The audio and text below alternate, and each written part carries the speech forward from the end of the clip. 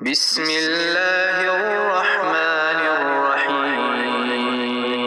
إذا جاءك المنافقون قالوا نشهد إنك لرسول الله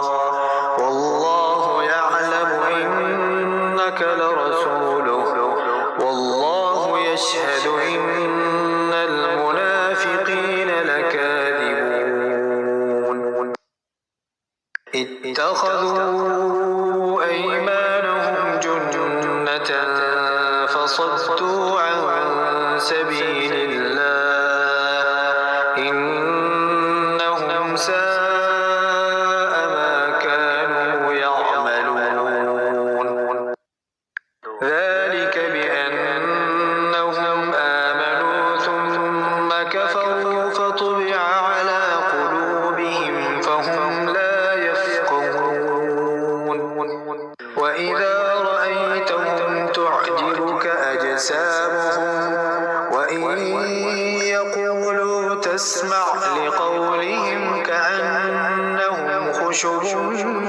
مسندة يحسبون كل صيحة عليهم هم العدو فاحذرهم قاتلهم الله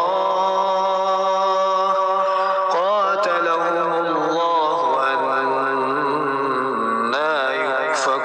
يؤفكون وإذا قيل لهم تعالوا يستغفر لكم رسول الله لووا رؤوسهم ورأيتهم يصدون وهم مستكبرون سواء عليهم أستغفرت لهم أم لم تستغفر لهم لن يغفر الله لهم إن الله لا يهدي القوم الفاسقين هم الذين يقولون لا تنفقوا على من عند رسول الله حتى ينفضوا ولله خزائن السماوات والأرض ولكن المنافقين لا يفقهون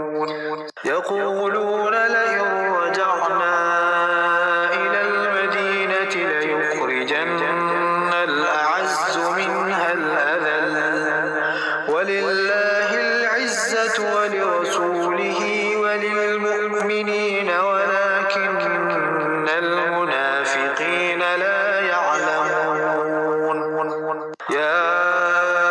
أيها الذين آمنوا لا تلهكم أموالكم ولا أولادكم عن ذكر الله ومن يفعل ذلك فأولئك هم الخاسرون وأنفقوا مما رزقناكم من قبل أن يأتي أحدكم الموت فيقول رب لولا أخرتني إلى أجل قريب فأصدق وأكن من الصالحين ولن يؤخر الله نفسا إذا جاء